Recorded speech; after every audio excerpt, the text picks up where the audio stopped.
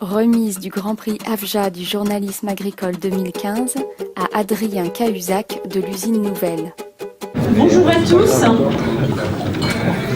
Donc je suis heureuse de vous retrouver pour cette nouvelle remise du Grand Prix de l'AFJA, donc aux côtés de Monsieur le Ministre.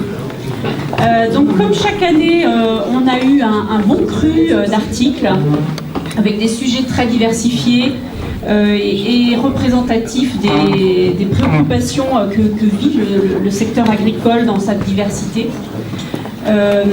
Donc le choix cette année s'est porté très majoritairement donc, sur l'article d'Adrien Cahuzac. Eh bien écoutez, je passe la parole à Monsieur le Ministre. Le premier prix, c'est ce que vous avez dit, c'était un article sur blé et industrie stratégique.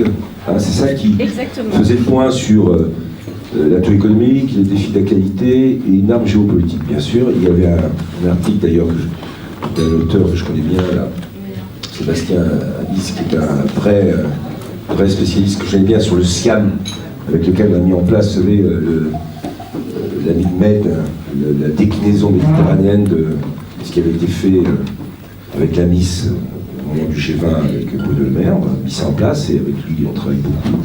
Et si j'ai bien compris, cet article essaye de définir les grands atouts et aussi le fait que cette filière, pour réussir, il faut qu'elle prenne en compte l'ensemble de la question, c'est-à-dire de la production, de l'adaptation de cette production aux besoins, la logistique, hein, c'est bien ça, les atouts que ça peut nous donner, ou des inconvénients, ou des pertes de compétitivité.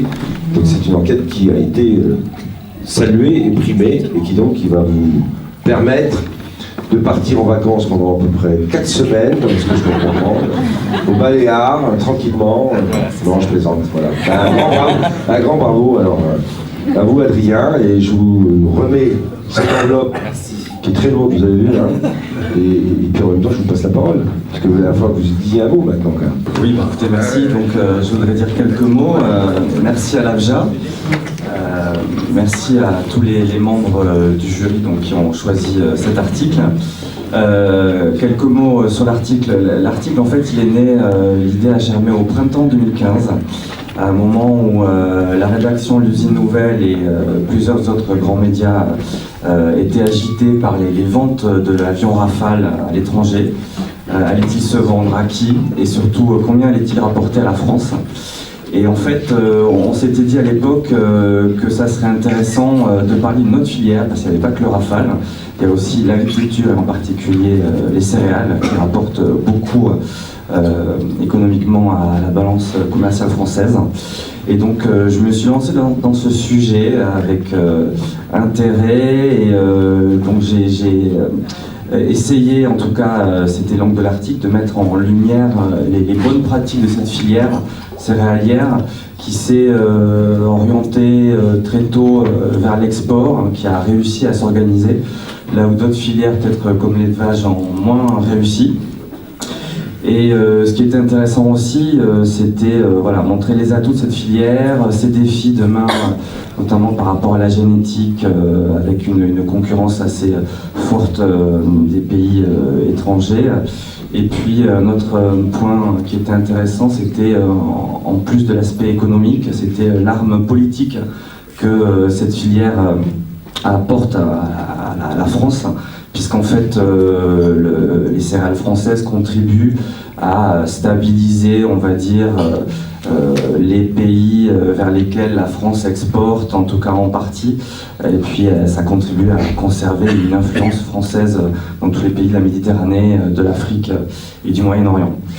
Je termine par remercier quelques personnes qui ont fait que je suis là aujourd'hui, qui m'ont accompagné toutes ces années dans mon métier.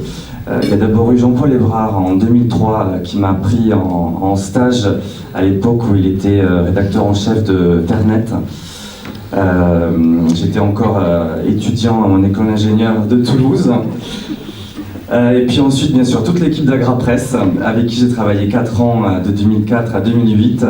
Hervé Plagnol, rédacteur en chef, Sophie Baudin, Nicole Ouvrard, qui est ici présente, Marc Nicole, Anne-Françoise Roger. Avec eux, j'ai beaucoup appris. J'ai appris les arcanes des organisations syndicales agricoles, de la politique. Ça prend du temps, hein. Voilà, il y en a beaucoup.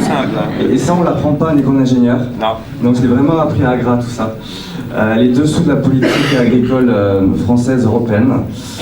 Tout ça dans la joie et la bonne humeur, notamment lors des bouclages tardifs du jeudi soir.